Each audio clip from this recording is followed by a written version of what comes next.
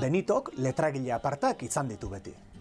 Lete, Lizardi, Urbeltz, Pesoa, Etxaun Iruri eta Etxaun Barkose, Salvador, Jon Maia, baina Benito Lertxundi bera ere ez da atzean gelditu letrak batzeko orduan.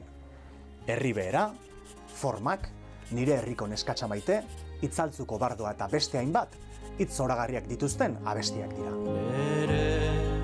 Adiotarako pereza bat. Pereza bat, baina gehiago esango nuke alako bildur bat idazteari, ez? Bildur bat. Hor, zerbait ikusten dut, deabrukorra. Ni askotan pasa zait, ideia batekin etorri, kanta bat idazteko asmoakin, gauza batzuekin, irudi batzuekin, eseri, paper bat hartu, eta eseri idazteko gai izanez. Utzi, altza, segi, eta zer, eta tak segitun berriro. Guatzen ez, niri olatzek, mazteak, batian nire urte mugan eta pesatu zian, opari gisa eman zian olako grabagailu txiki bat poltsikoen emateko.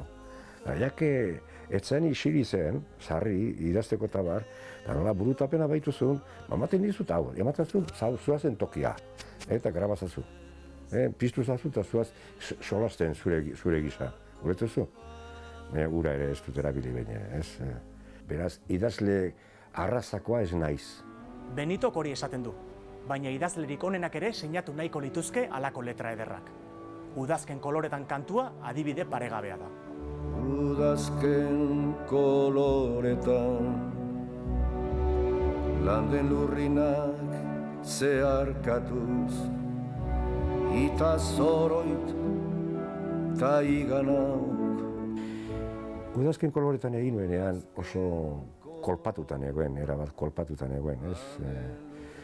Ez dut kontatuko garen dena, baina musikari bat, bakizune musikari bat, nahi motzen zuna, gazte bat zen. Txirrindoan zihoala, kotxe bate jota hil zuen. Uztailak 15 zen. Eta oso kolpatua, nik gogoratzen duten egunik, izugarri, pasan nuen min mota guzti nituen, jipoituan egoen erabat. Eta udazken koloretan, hor, egoera hortan idatzen duen. Errotik atazitzen kantu hori. Denan lokarturik.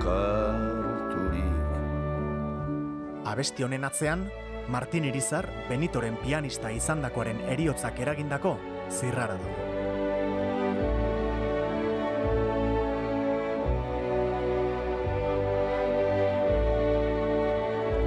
Idazle behar bada ez da idazle, egia da. Ez dut uste idazlea denik ere bera pretensio dakonik idazle izateko pretensiorik ez dauka. Baina nik uste dut poema gile bezala, alegia hitzak, letragile bezala ere badela.